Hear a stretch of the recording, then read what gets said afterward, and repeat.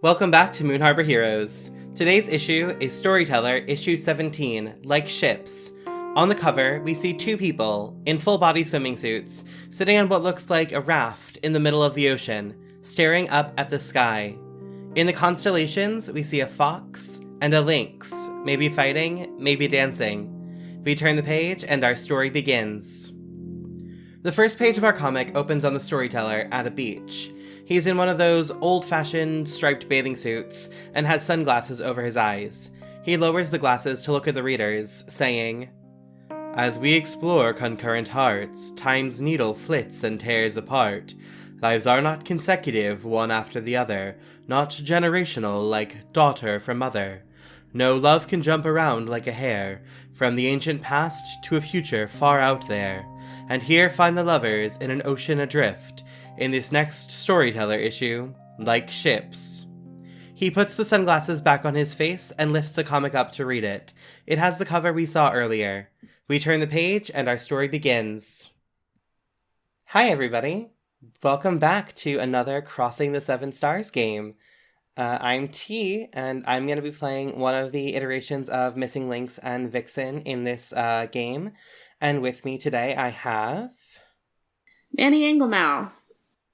Excellent. Before we get started, Manny, can you tell the people at home a little bit about who you are?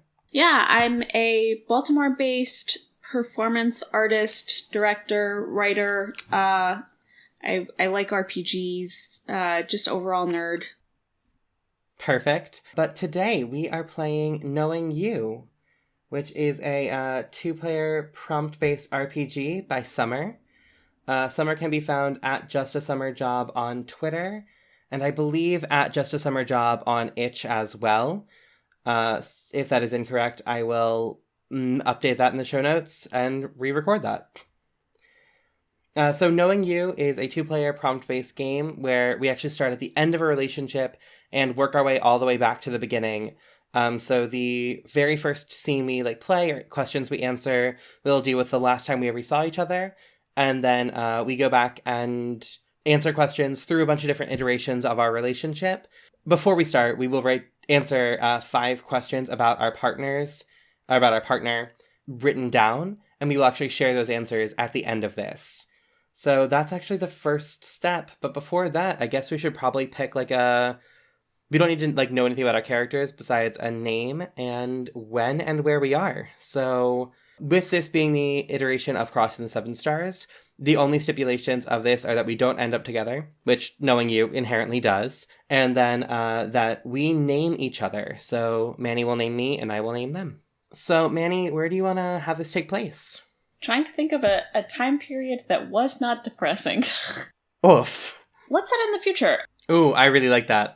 Maybe we met at an underwater bunker or something. All right. And that's all we know. Now we have to name each other.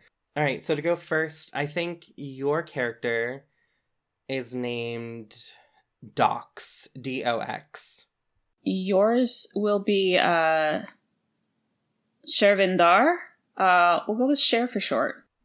Given that this is Crossing the Seven Stars, we will be playing lesbians, but again, lesbians can have any pronouns, so what will Dox's pronouns be? Let's do they, there. Perfect. I think Cher is she, her. All right, and then the other rule, because this is a Crossing the Seven Stars game played using Knowing You, is that one of us remembers the previous lifetimes. So I will remember the previous lifetimes. So I will remember that we have met in the past. Okay, so now we're going to take a moment and each of us will write down the answers to these 5 questions. All we know is that we met at an underwater bunker. The first questions are, what about them caught your eye? What did you first admire about them? What did they say or do that made you smile? What do you wish you had said to them that you didn't? And how did you know they would change your life forever, even then? So we answer these quietly, and we don't share these with each other till the very end. All right, so now what we're going to do is we're going to go through and answer these questions about our partner. So the first round is our last day. So the partner who first considered ending the relationship will answer the questions first. Do you think you were the first one to consider ending the relationship, or do you think I was? I think I was. Awesome. Okay, so then I will ask you those questions and you will answer them. One rule about this game, for listeners at home, is that we might say things that contradict each other, because this is people remembering a relationship. And obviously, you're going to remember the good better and the bad worse. And so there will be times where Manny might say something as Docs about Cher that that contradicts what I said earlier. That's totally okay. You're not allowed to amend or be like, oh, actually what happened was, you just tell it what happened in your point of view. So the first question for this is, how did you know it would be our last meeting? I had decided, Cher, that it was too painful for me to continue seeing you without being able to touch you, to hold you, to be able to share our lives together that we had before. And so I felt it was just better to disappear into the background, to ghost, I guess. What did I say or do that made you cry? You fought me on it. You said, "You're my person and I'm not letting you go that easily." I was lost after that. What did you say that you regret? I told you that I didn't love you anymore and that you didn't actually matter. I don't know why I thought it was okay to say that at the time, but I think about it pretty much every day ever since. What was the last thing I said to you? You said, "If this is what you've decided, I'll respect it." That's it. It was quite abrupt. Oof. And then last question, did you ever really love me? I don't think there can be any doubt in anyone's mind that I really did love you, Shervindar. I mean, what is there that isn't to love? Excellent. And then now we take just a brief moment, and when you're ready, you ask me that set of questions. Okay. How did you know it would be our last meeting? You had been avoiding me for days, actively not talking to me, not responding to messages, which I think is really difficult in a post-apocalyptic world because, we were both trying to survive and coexist. And so there was a lot of rage in me. And I think, honestly, if you hadn't ended it, I probably would have, because I saw the writing on the wall and I was really worried about getting hurt. What did I say or do that made you cry? It was when you said you didn't love me, that I never meant anything to you. I think I held it together at the moment, but after it was gone, after you were gone, I fully broke down. What did you say that you regret? It was the moment when I looked at you and said, I know that you feel for me. I know that we have these feelings, and nothing in this world matters except for you and I. And I think it was too much pressure. And I think there had been a chance that maybe I could have saved it. But I have a lot of regret that you were pushed away from me by that moment. What was the last thing I said to you? You said sorry. And that was probably the most painful thing you could have said. Did you ever really love me? From the moment I saw you. And now we take a second, and the partner who never raised their voice will ask the questions first. Who do you think that was? I think probably me. All right, so this next set of questions is our last fight. What was I upset about? Well, I guess our last fight was the last time we really saw each other, so you're upset about me breaking your heart, I guess. What did I say that you know I didn't mean? You were definitely really hurt, so you kind of took it out on me and attacked my character a little bit. I mean, some of it was fair, but I think one of the things that you said that really hurt that you probably didn't mean was that you felt like I had fabricated this entire person and that the person standing before you now, you had no idea who I was. Did I deserve your anger? Oh yeah, absolutely. I said some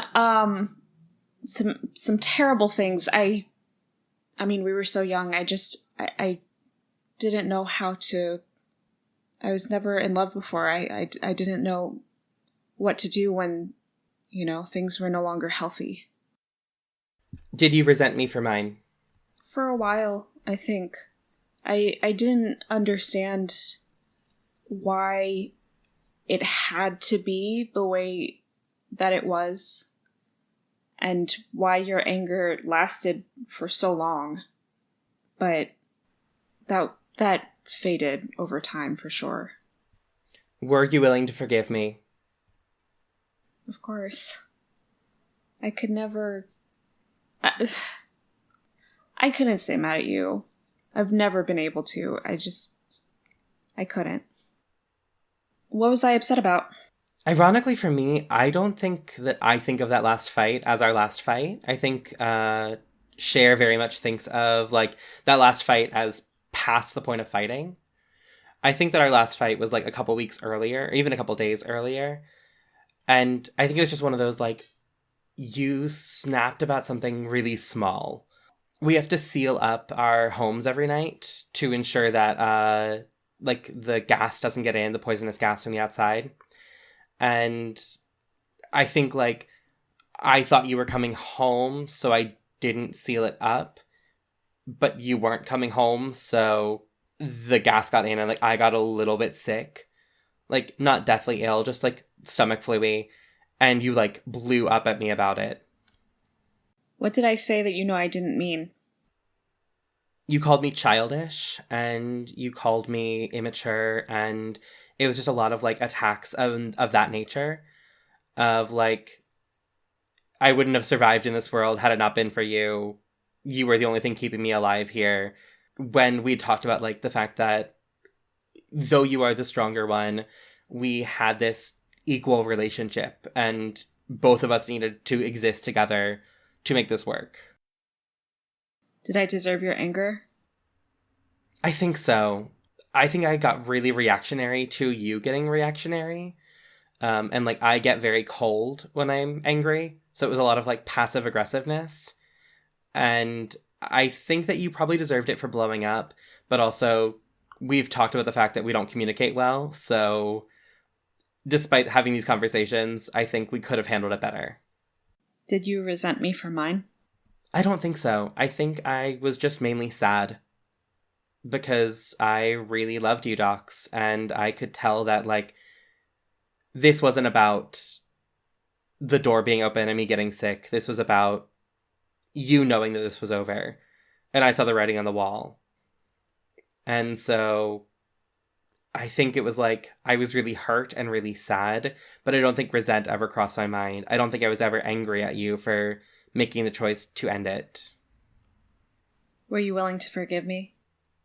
I really want to say yes, but I think at that point I was trying to protect myself and like close myself off. So I think the concept of forgiveness implied a vulnerability that I was trying really hard not to show anymore. So no, I don't think I was. I think knowing that we were going towards the cliff, I was like, well, we might as well just jump. So the partner who was more outspoken about their feelings will answer these questions first. Yeah, I feel like that was probably you. Yeah, I had the same thought. So this is a strained moment. This is a strained moment near the end of the relationship. How could you tell I was tense without asking? It was the way you moved. you normally were so, like, agile and graceful in the way you moved. Like, there was a lot of speed, but also you never knocked into anything, you never knocked stuff down, but there was a carelessness to your movement. And it really scared me because I was like, there's something going on and I don't know what it is. What did you do to try and help me? I tried really hard to make like a really big, nice dinner. Like I could tell you were stressed about something, and I was like, oh, well, okay, I'm gonna go out, I'm gonna get some food, I'm going to make this like elaborate setup that reminds us of the old times because I want to like get us to a place where we're both happy, and like memory is often the best way to do that. Did you blame yourself for my mood? Why or why not? I think I blame myself for most of your moods. I think I often took the onus on myself for any of your emotions. I think I took the onus on myself for any emotions at all in the relationship. So I assumed I had to have done something, even though I didn't know what I did. What did I do to make you doubt my feelings for you were genuine? It was the like long silence during dinner. Like, you sat down, you ate, you were a little bit smoother, but it was just so quiet. And normally, like, you're not the kind of person to be quiet. You talk a fair bit, but also, like, there's, like, murmuring when you eat, and, like, you're the kind of person who, like, hums when they eat and is like, that's really good. And while that used to drive me crazy, the silence was, like, really unnerving. How long did your doubt last? I think that was the first, like, straw, like, the first domino, and I don't think that doubt ever went away. How could you tell I was tense without asking? Well, the strange moment that I'm thinking of is when we tried having sex and weren't able to about a month before we parted for good. It just, no matter what I tried, I mean, we'd been together for, 5 years? I knew your body inside and out at that point, and you weren't responding to any of the things that we had built together, I guess. The choreography that we were used to was off. There was just this faraway look in your eye that you weren't with me. What did you do to try to help me? Not enough, I don't think. I could tell that there was something going on. I didn't know what to do, so I turned around and I went to bed. Do you blame yourself for my mood? Why or why not? I still don't know if I was the cause of your mood, but I know for a fact that my choices definitely didn't help. I definitely can take the blame for that. What did I do to make you doubt my feelings for you were genuine? Before we started having sex, I looked you in the eye and I said, I don't know if I have ever loved anyone this much. And you were distracted. I don't think you quite heard me. So you looked back and you said, that's really nice. I I don't know, it was just such an awkward moment for me, and it kind of caught me off guard. It really had me wondering whether or not what we had was real. How long did your doubt last? It lasted probably to this day, honestly. You know, it was definitely one of the things that got me so in my head about our relationship. It made me wonder if any of it really was real. And, I mean, it's really insecure of me. I should have just talked to you about it, but it's been really hard to shake. I don't know. It felt like a lot of our time was just a fever dream. All right, so the next set of questions is a secret exposed, and the partner who lied the most will ask the questions first. I feel like that's going to be kind of hard to determine between the two of us. I think it was me. Or at least in my mind, I think it was me. Like, looking back, there's a lot of lies that I see, so I think that's where I am. What had you been keeping secret from me, and how did I find out? I didn't tell you about my previous marriage to a man, and you found out the day that he came to our home in the bunker. He was from a neighboring underwater abode, and was visiting. Came to pick up the rest of his stuff, and I wasn't there. You opened the door. You invited him in for coffee, and you found out everything. Why did you keep it from me? You were so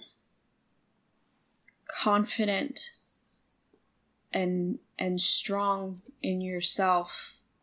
You knew who you were. And I don't know, I never had that. I was really worried that you weren't going to accept who I was if I had been with someone so different. Who did you trust with the secret, and why? My sister knew. She kind of had to. We needed someone to be a witness to the union. And she was the closest friend that I had. She wouldn't have told you or let anyone know unless I had given her the permission to do so. Are you glad you kept it from me? I don't know.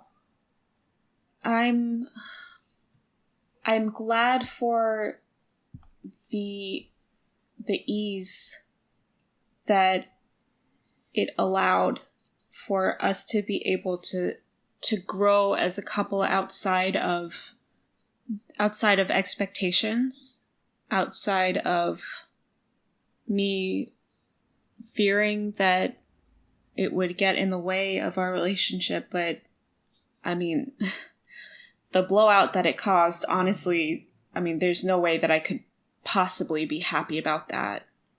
I regret all of the pain that it caused, for sure. All in all, did you trust me? No. But it wasn't about you. Every day I walked out of our bunker, we lived together in such a dangerous world that I always felt like I needed to protect you from things outside, from yourself even, but that wasn't it. What it really was that I didn't know how to trust myself. And if I couldn't trust who I was, I most definitely could not trust you, my most valuable and chaotic decision. What had you been keeping secret from me, and how did I find out? So I think it goes back to the whole I remember all of our past lifetimes thing.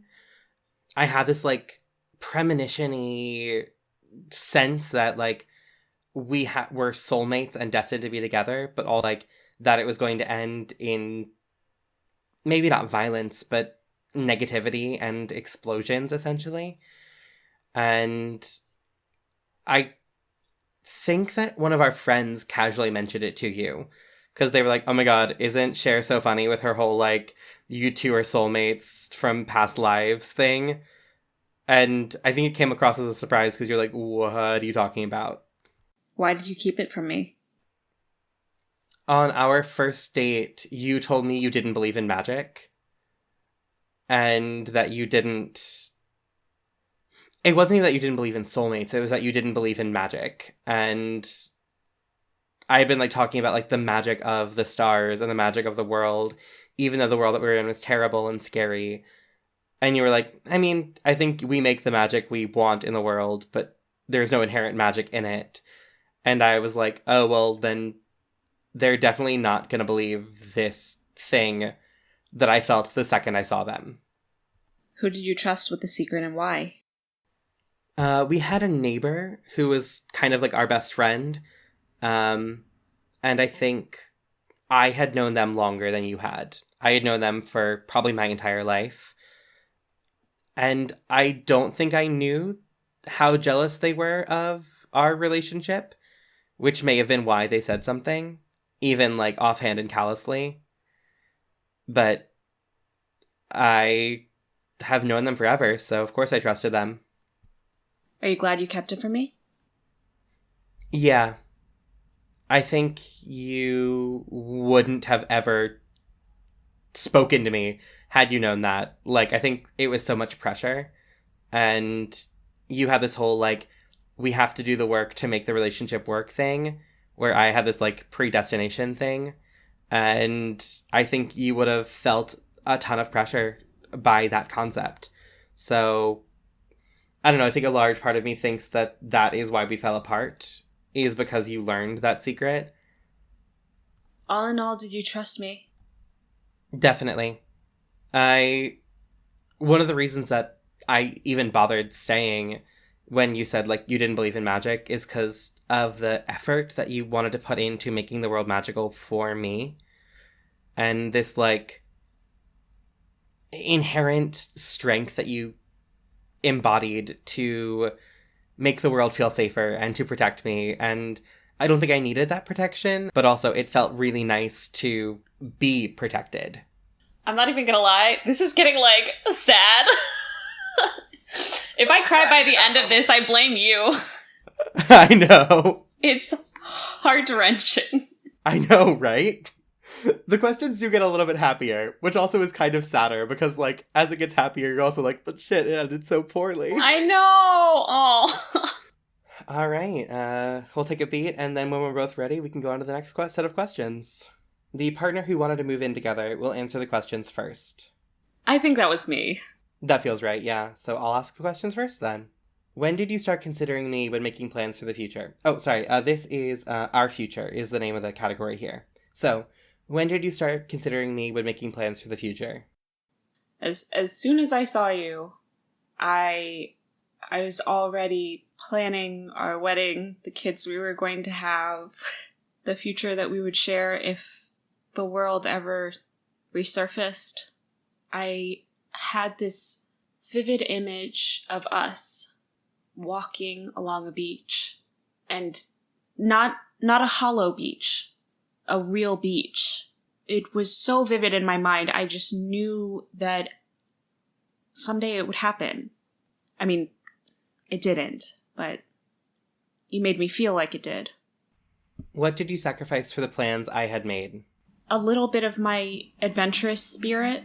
I knew that after where you came from, after your childhood, I knew that all you wanted was a nice place to sleep and someone to share it with.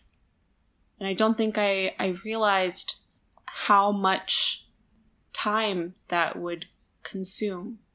I guess doing all of the dangerous things that I was used to from my past, it had to completely go away. And so my sense of adventure, the thrill of everyday life, I think, I chose to pack it away. What did you see me sacrifice for yours? I saw you sacrifice little bits of yourself for me. My adjustment to a completely different lifestyle made me volatile in ways that I didn't quite understand. All of that energy that I had been expending before in the outside quote-unquote outside world was being aimed directly at you. So I saw the moments where you would just disappear, I think, for a little while, so that you could protect yourself and your happiness. When you thought about our future, what were you the most excited for? I was excited for our love to change the world. Oh God, that's such a lesbian thing to say, but it's true. You're such a genius. And I was a mover and a shaker, and between the two of us, we were going to get to the moment where we could walk on a beach. If it was the last thing we did. And I could not wait to see you get there, to see you holding my hand and lifting me up in such a prolific and powerful way. Even when we were at our worst, did you still believe I was your forever? I thought I did. I think so. It's hard to say this when I was the one who broke it off. But even through all of my insecurities and my concerns that you didn't truly love me, it's always been you. You are, I guess, my one that got away. When did you start considering me when making plans for the future? I was really resistant to it at first, like actively tried not to, because again, remembering like every previous lifetime, I knew that they'd all ended in pain and assumed that like this one would end in pain too. So I tried really hard not to. But it was like when you started like moving stuff into my apartment or into like my part of the bunker, when you were like, well, I mean, I might as well just keep some clothes here, and I might as well just like keep a spare pillow and blanket because you use really soft pillows and I like them a little bit more firm. And it was a lot of like that kind of stuff where I was like, well, shit, I guess like now we're cohabitating and I guess this is a thing now. And I kind of thought that I'd be the one to like, or that we would be the ones to like break the curse of this negativity. What did you sacrifice for the plans I had made? It was a lot of the like not caring about myself and not caring about like honestly whether I lived or died. Not in like a mental illness, self-harmy kind of way, but like I loved the stars and I used to go sit up on the roof in the air knowing that it was like toxic, like on the roof of the bunker where I could be above the sea level and like stare at the stars. And it was something that you like indulged in a little bit at the beginning of the relationship, but then you were like, you're gonna get sick if you keep doing that, and eventually started like pulling me in, and I lost a lot of the like carefreeness, which is a good thing and also a bad thing. When you thought about our future, what were you most excited for? I think the same. I really thought that we were going to be the ones to change the world. The fact is, like, we were looking at stuff every single day. We were actively searching for answers. And I really thought we were going to find them. Even when we were at our worst, did you still believe I was your forever? No.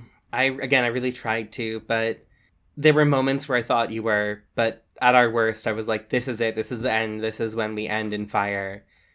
And it just kept getting delayed and delayed and delayed. And I think it's one of the reasons why I never raised my voice, why I never yelled, because I was like, this is going to be something that ends. I know this is going to be something that ends. It's not worth damaging two people for. All right, so the next set of questions is about our everyday. And the partner who was decisive about what to eat for dinner will answer the questions first. I feel like I would have been decisive about things, but also that, like, you were probably the one who was taking care of making the food, so I would probably relegate it to you. Yeah, I feel like you were, like, the more decisive ones about most everyday kind of stuff, but in terms of, like, food and kitchen and stuff, it was me. So I will answer the questions first. What is something I do that others find irritating, and why did it endear me to you? It's the rashness. It's the, like, oh, there might be an answer out there. Okay, we got a clue. We're going to go now. And, like, not planning. And a lot of people are like, they're going to get themselves absolutely murdered. And I was like, yeah, but like that sense of adventure is so exciting and shiny and fun and so different from the like really cautious upbringing that I had. What were the moments in which you felt closest to me? It was the moments when you wouldn't stop talking. Like when I couldn't get a word in edgewise and you were just like excited about whatever new thing you found or whatever you like got for dinner, like for the like whatever we hunted. You exaggerated a lot of things, but I could tell you were trying to impress me, and so I was like I felt really close to you in those moments. What was your favorite way to pass the time with me? We had this knack for finding like hundreds of seashells. Like seashells aren't uncommon, but we would find like loads of them, and just sorting through the seashells on the floor of the bunker was always so interesting because I tended to look for the shiniest ones and you're like, no, but this one would make like a really good like weapon. And it was a lot of that kind of conversation. What ritual did we create that you came to rely on? Every night when we set up the bunker, you like blew it out like it was a candle. Like as like the last little like breath of fresh air filtered through the filter came through, we like blew it out like it was a candle. And it's something that I still do now, like after I've moved to a different bunker. I still like blow that breath out, last breath out. Were you comfortable with me even in silence? No, but I don't think that you ever were silent. I think, like, even in sleep, like, you snored and grunted in your sleep, so it was never quiet around you. And again, like, you hummed when you ate, and you, like, made sounds, and very much that, like, you are a noisy person at all times. What is something I do that others find irritating, and why did it endear me to you?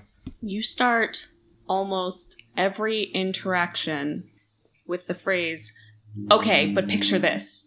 And it took a while for some people to catch on, but there are only so many people in an underwater bunker. Eventually, everybody got to the point where they knew this quirk and were not looking forward to picturing anything. Because most of the time, you didn't really have anything to say after that. To be fair, when you did, they were really good. It's the moments of the clever moments, the impulsive ones, the ones that just shot out of your mouth as if just a complete brain fart from you, that were just so genius and hilarious and had everyone crying.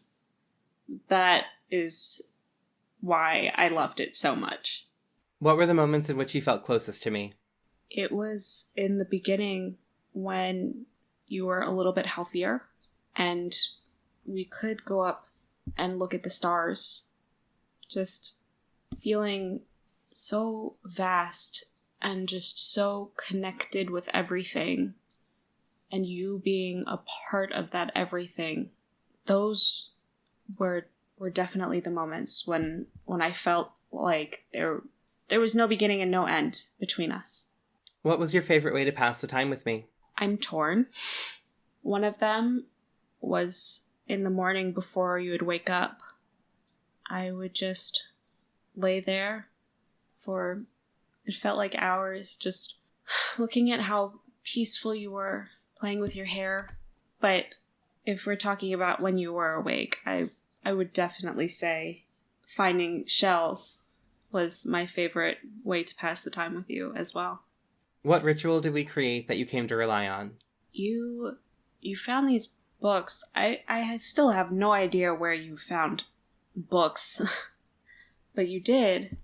You found 2 ripped, torn up, all of the pages just completely messy, just books of poetry. The ink was fading off, but every night you would read poetry to me from these books. And even if there was an entire chunk that was cut out or the ink had faded to the point where you couldn't see anything on the page, you would just fill in the gaps with your brain. You would just make things up. And you do this every night before we went to bed. That changed my life. Were you comfortable with me even in silence? No, but I feel like that's more of a testament as to who I am as opposed to my comfortability level with you.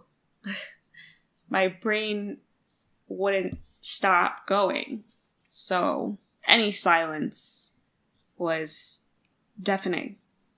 But then on top of that, it just felt like if I couldn't keep going, if I couldn't expand this moment in time and fill the room in as many ways as possible, then it would be like a bubble that was about to burst. Like, it would pop and we'd be on completely different sides of the ocean floor. All right, so the partner with the hotter temper will answer the questions first. That sounds like you. Yeah, that's me.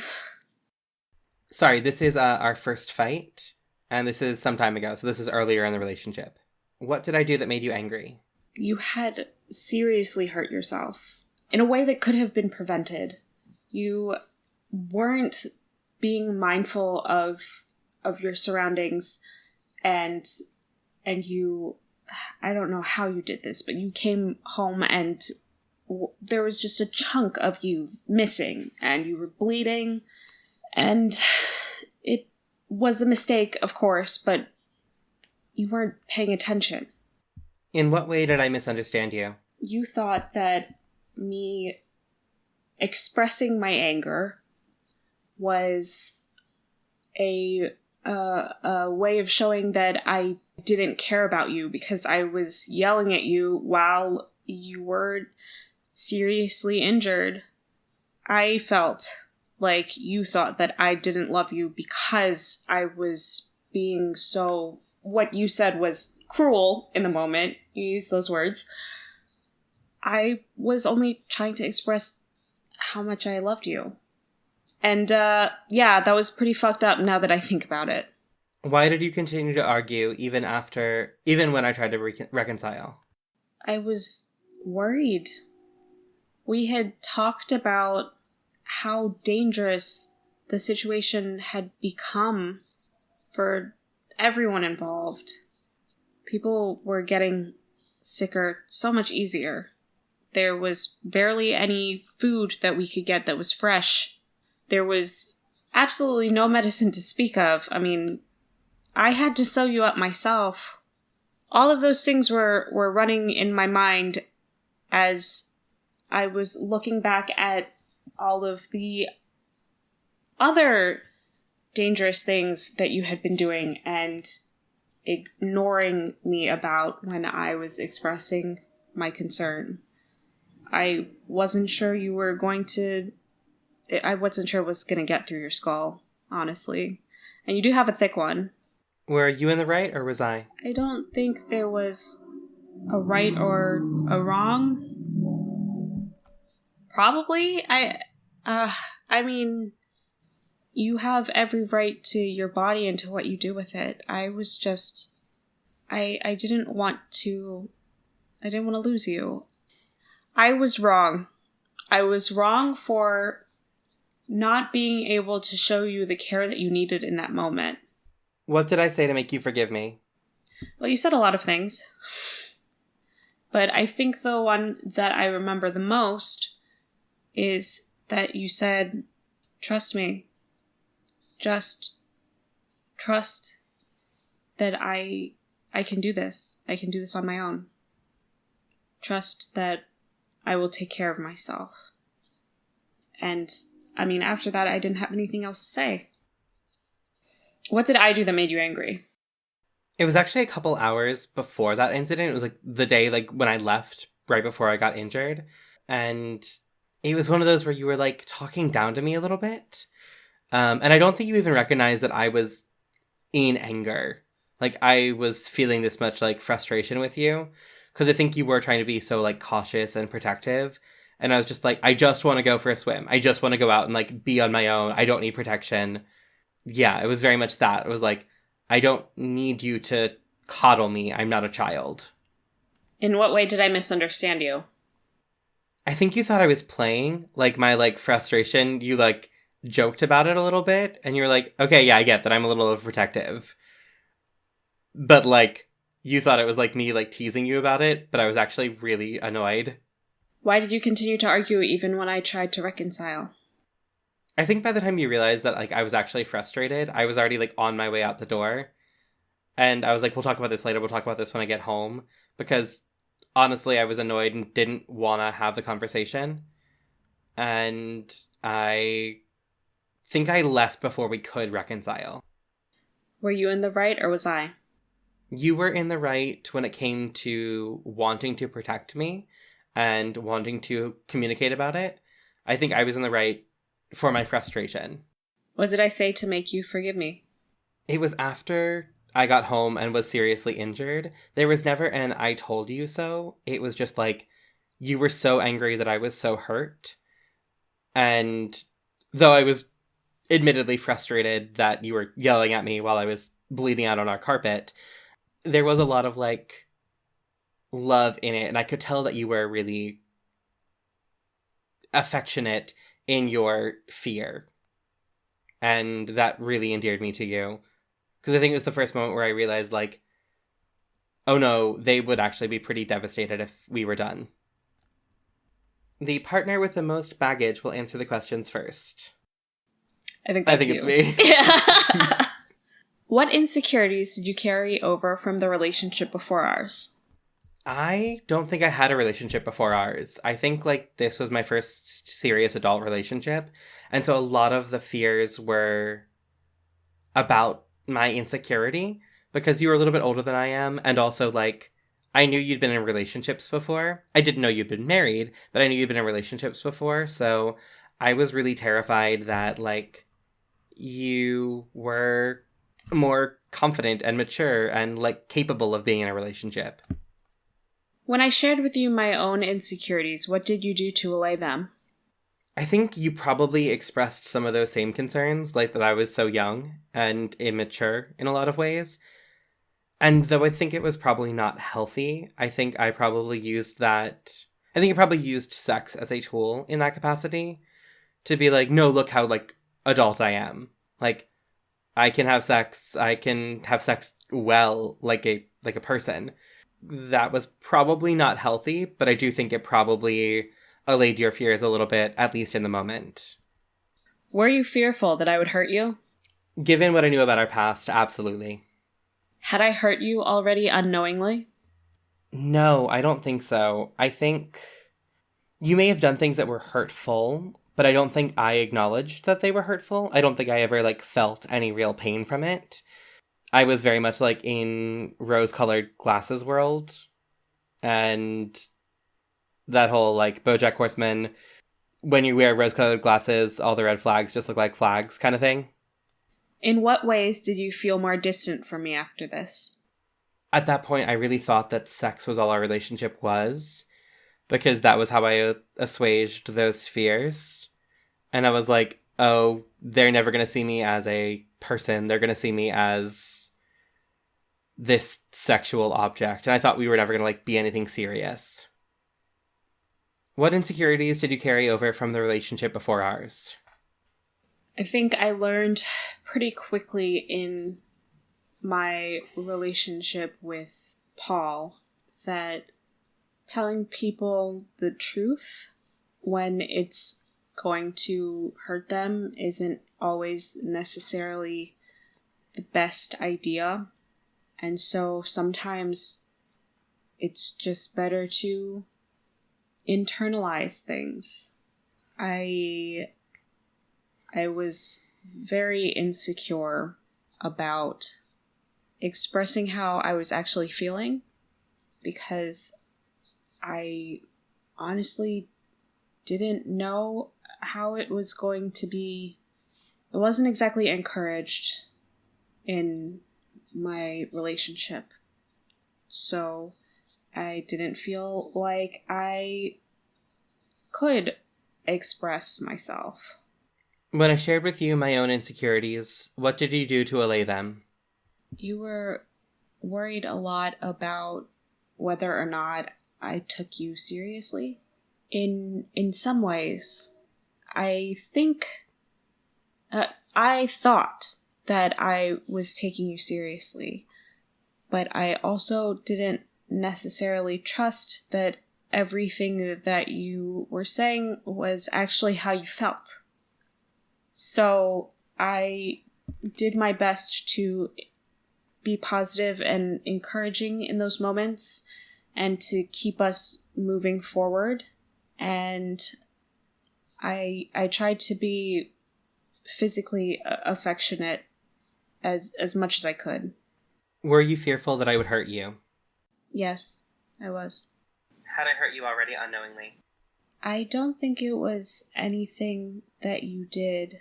I think I put myself in a situation to be hurt. I started this relationship really soon after my marriage fell apart. I tried to push myself to be the best I possibly could for you. And I only ever found myself wanting. So you didn't hurt me. I think it was me doing it to myself. In what ways did you feel more distant from me after this? I think I could kind of tell that you wanted to solve a lot of our issues through making up afterwards and having this really exciting sex life, and you would try to engage in that as much as possible, especially after uncomfortable conversations that we had, fights. I wanted to be able to provide with you what you wanted. I also didn't really feel like we were connecting when we were doing it. All right, the partner who first admitted their romantic feelings will ask the questions first. I think it was probably you. Okay, I thought so too. I was trying really hard to resist it, I think. So that was probably you. Okay. What about me made you nervous? You were a major flirt. And I didn't think you were taking this seriously because there was this confidence and this strength, and a lot of people look to you as a protector. So I often thought that you weren't taking us seriously. What moment between us was awkward but made you laugh anyway? The bunker doesn't have a lot of privacy, and there was a lot of gossip around the fact that we were starting to date, and there was a moment where you opened the door for me to go to a private room for the dinner we were gonna have, and as you opened the door there was all sorts of giggles and whispers because all of our friends and neighbors are all children, and I think we both were super uncomfortable, but as soon as the door closed we just burst out laughing. What did I do or say that gave you butterflies? While I was eating, I dropped my fork, and due to the nature of the apocalyptic world, you cannot use silverware after it's at the ground. You have to wash it. And I think we usually put extra silverware on the table for that reason. We usually have an extra set or two. But I went to pick it up and you snatched it and basketball shot it into the sink. And I laughed, but also it was so charming and confident that I was very intrigued. What do you remember most about the way I looked?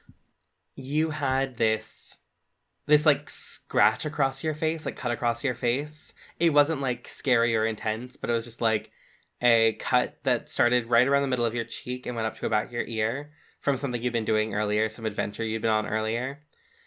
And it kind of looked like a crooked smile. I never commented on it, but I remember staring at it and just thinking I could look at that smile for the rest of time. What didn't I do that you wish I had? It was the moment at the end of the night where I casually mentioned that I was going to go up to look at the stars. And you're yeah, I should probably go turn in, have a good night. And I really wish you had gone up with me. What about me made you nervous? I would definitely say your height.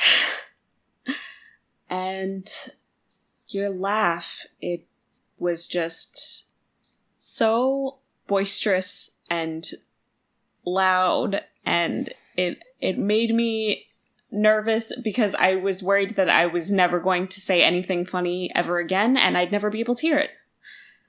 What moment between us was awkward but made you laugh anyway?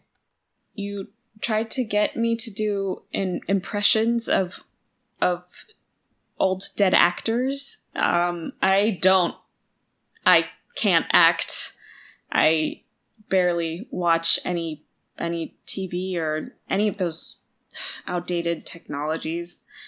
It was terrible. My impression of who was it? Betty White was the worst impression ever, and it made me laugh because you were laughing. What did I do or say that gave you butterflies?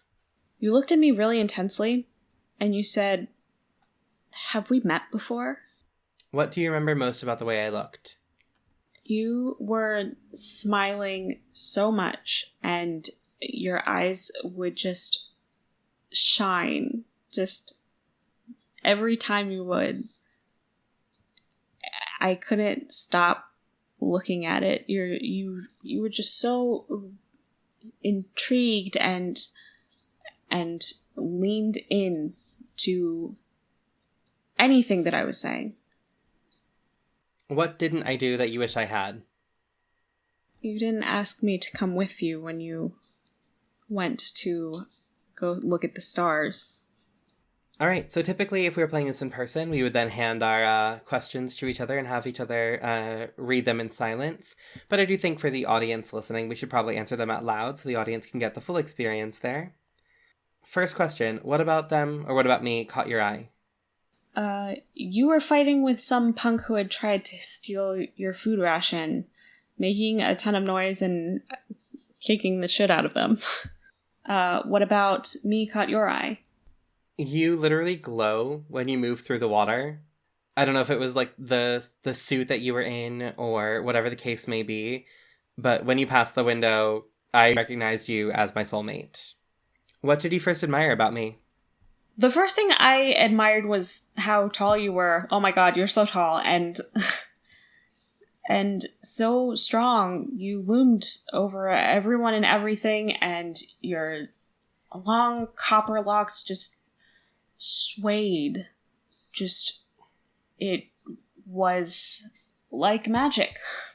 What did you first admire about me? You were incredibly brave.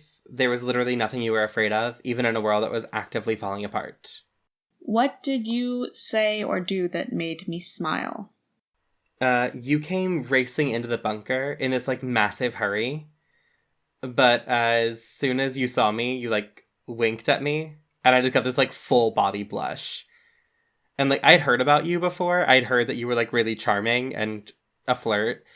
But I had not expected that. What did you do, or what did I do or say that made you smile? After getting your food back, you ended up staying with this kid. You gave them most of the food that they had tried to steal to eat, and you made him promise to keep in touch. It was wild. What do you wish you had said to me that you didn't? I wish I had told you that I had never seen anyone act so kind in this damn hellhole. What do you wish you had said to me that you didn't?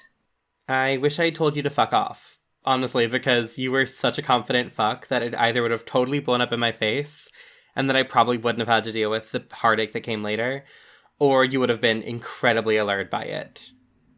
Either way, I think it would have largely been a positive thing.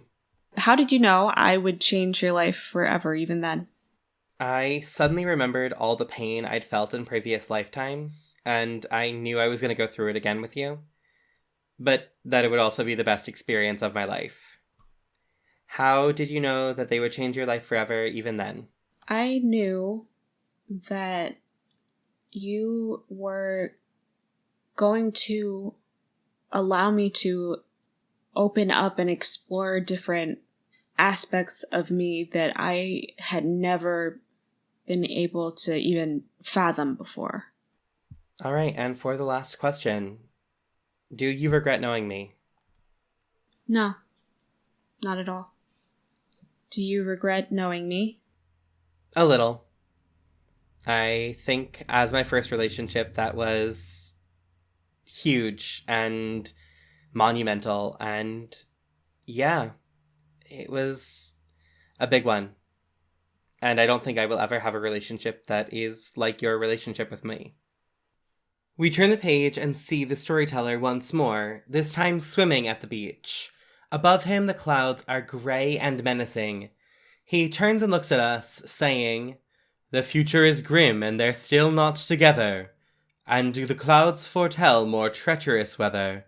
So I must move on from the sand of the beach to a place safer where the storms cannot reach. Perhaps these two will find cover as well. Ah, but alas, only time can tell." He submerges himself once more, and after several empty panels of just ocean, our comic comes to an end. Moon Harbor Heroes is produced by Anthony Sheets, T.P. Huth, and Elliot Peterson, and edited by Anthony Sheets and Sean Geddes. Anthony can be found on Twitter at IcyNewYear or at icynewyear.com. T is a theater artist and educator in the DC area. She can be found at T Huth Playwright on Twitter or TPHuth94 on Instagram. Elliot can be found at Elliot Ylen on Twitter. That's ELLIOTYLEN. Sean can be found at The Crumpit, THECRUMPIT on Twitter. Moon Harbor Heroes is played using Masks: A New Generation, written by Brendan Conway and produced by Magpie Games. Our logo was designed by Beautiful Beasties. She can be found on Instagram at beastly.doodles or on Patreon at patreon.com/beautifulbeasties. This game of Crossing the Seven Stars was played using Knowing You by Summer, who can be found on Twitter and Itch at Just a Summer Job. Shervindar was played by T. Huth. Dox was played by Mani Yangilmau. They can be found on Instagram at prayingman_is. That's PREYINGMAN_IZZ. Their acting work can be found through The Scattered Players at The Scattered Players on Instagram. They can also be found on the podcast A Game Called Quest at Game Called Quest on Twitter. The music in this issue was Night on the Docks, Piano, by Kevin MacLeod. A link to his website and the license will be in the show notes. If you want to get a hold of us, email us at moonharborheroes@gmail.com or find us on Twitter at moonharborcast. If you enjoyed this issue, please leave us a review on your podcatcher of choice or tell a friend. 5-star reviews and word of mouth are really the best way for us to keep bringing these stories to more people. If you'd like to support us financially, check us out at patreon.com/moonharborheroes. Supporting us there will give you access to bonus issues each month. And thank you for helping us save the world. We'll see you next issue.